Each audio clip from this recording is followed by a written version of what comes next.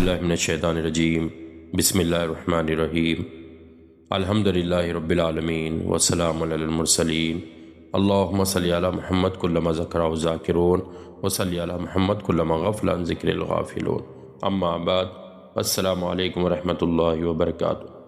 محترم سامعین، میں عبدالقدیر بن محمد بن عفان بلس خواہ آپ کا خیر خواہ آپ کی خدمت میں حاضر ہوں۔ سامعین، فقہ شافعی رحمۃ اللہ علیہ کے زمن میں ہم آج اس نشست میں نماز تراویح اور اس کے 20 رکعت کے جواز کے بارے میں گفتگو کرنے کی سعادت حاصل کریں گے انشاءاللہ العزیز۔ سامعین، نماز تراویح اور 20 رکعت کے بارے میں میں نے جن مستند فقہ شافعی رحمۃ اللہ علیہ کی کتابوں سے استفادہ کیا ہے ان کے نام یہ ہیں: المبسوط، الرسالۃ الشافعی، شافعی فقہ، رسالہ فقہ شافعی، شافعی بہشتی زیور، شافعی تحفۃ الباری شامل ہے۔ آئیے سامعین، نماز تراویح کے بارے میں معلومات حاصل کرتے ہیں۔ نماز تراویح نفل موقدہ ہے۔ نفل موقدہ 3 ہیں: صلاۃ التراویح، صلاۃ الضحیٰ، صلاۃ اللیل یعنی تہجد۔ نفل اس سنت نماز کو کہتے ہیں جو فرض نماز کے تابع نہیں ہے، اور موقدہ نماز وہ ہے جس کی پڑھنے کی تاکید آئی ہے۔ موقدہ نفل نمازوں میں افضل تراویح ہے، اس کے بعد نماز ضحیٰ اور پھر تہجد ہے۔ تراویح ترویہ کی جمع ہے اور ترویہ کے معنی راحت ہے۔ ہر 4 رکعت کے بعد بیٹھنے کو ترویہ کہتے ہیں۔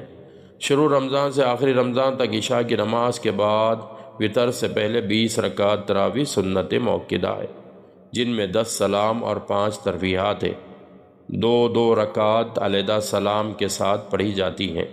4 یا اس سے زیادہ رکعتوں کو ایک سلام سے پڑھنا درست نہیں۔ ہر 4 رکعت کے بعد تسبیح پڑھ کر رسول عربی صلی اللہ علیہ وسلم اور خلفائے راشدین رضوان اللہ تعالی علیہ مجمعین کے نام جو لیے جاتے ہیں، صرف اس وجہ سے ہے کہ تراویح سنت نبوی صلی اللہ علیہ وسلم ہے اور اس کی جماعت سنت خلفائے راشدین ہے۔ ان اصحاب رسول رضی اللہ تعالی علیہ مجمعین کی یاد تازہ رہے اور تعداد رکعات یاد رکھنے میں آسانی ہو۔ ہر 2 رکعت کے لیے علیحدہ نماز تراویح کی نیت کی جاتی ہے۔ تراویح کا وقت نماز عشاء اور صبح صادق کے درمیان ہے۔ نماز تراویح تنہا بھی پڑھ سکتے ہیں مگر جماعت کے ساتھ پڑھنا افضل ہے۔ نماز تراویح میں تمام رمضان میں قرآن مجید کا ختم کرنا افضل ہے۔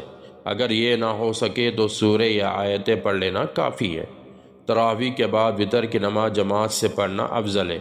رمضان کی 16ویں رات سے نماز وطر کی آخری رکعت کے اعتدال میں دعائے قنوت پڑھنا سنت ہے، جس طرح فجر کی نماز میں قنوت پڑھی جاتی ہیں۔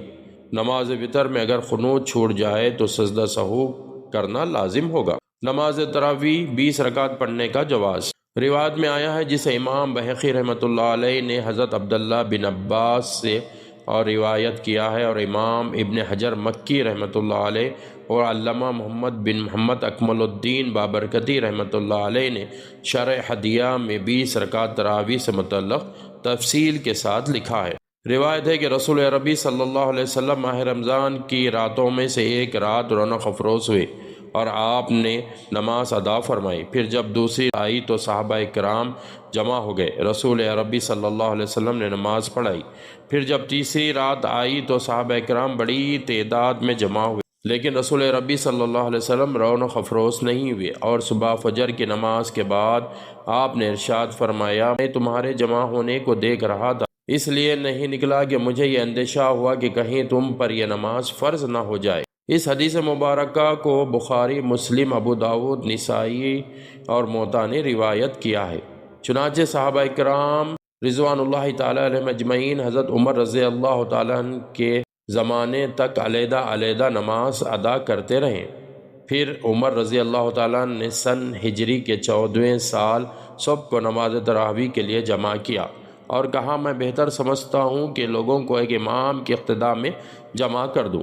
پھر آپ نے مردوں کو ابی بن کعب رضی اللہ تعالیٰ عنہ کے گھر اور عورتوں کو سلیمان ابن ابی حتیمہ کے مکان پر 5 تراویحات یعنی 20 رکعت نماز تراویح پڑھنے کا حکم دیا۔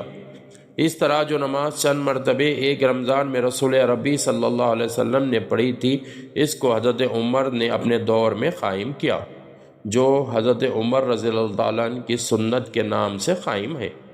حضرت عثمان اور بعض نے لکھا ہے کہ علی کرم اللہ وجہہ نے کہا تھا اللہ عز و جل حضرت عمر رضی اللہ تعالیٰ عنہ کی خبر کو ایسا روشن کرے کہ جیسا انہوں نے ہماری مسجدوں کو روشن کیا۔ 20 رکعت تراویح پر اہل مدینہ کا عمل۔ عبدالعزیز بن رفیع رضی اللہ تعالیٰ عنہ سے روایت ہے کہ انہوں نے فرمایا سیدنا ابی بن کعب رضی اللہ تعالیٰ ماہ رمضان میں مدینہ شریف میں 20 رکعت تراویح کی امامت فرماتے اور 3 رکعت وتر پڑھایا کرتے تھے۔ 20 رکعت تراویح پر اہل مکہ کا عمل۔ امام شافعی رحمۃ اللہ علیہ فرماتے کہ میں نے اہل مکہ کو 20 رکعت تراویح پڑھتے ہوئے پایا، جیسا کہ آج تک حرمین شریفین میں یہ عمل جاری ہے اور انشاءاللہ یہ عمل قیامت تک جاری رہے گا۔ 20 رکعت تراویح پر مہاجرین و انصار کا اتفاق۔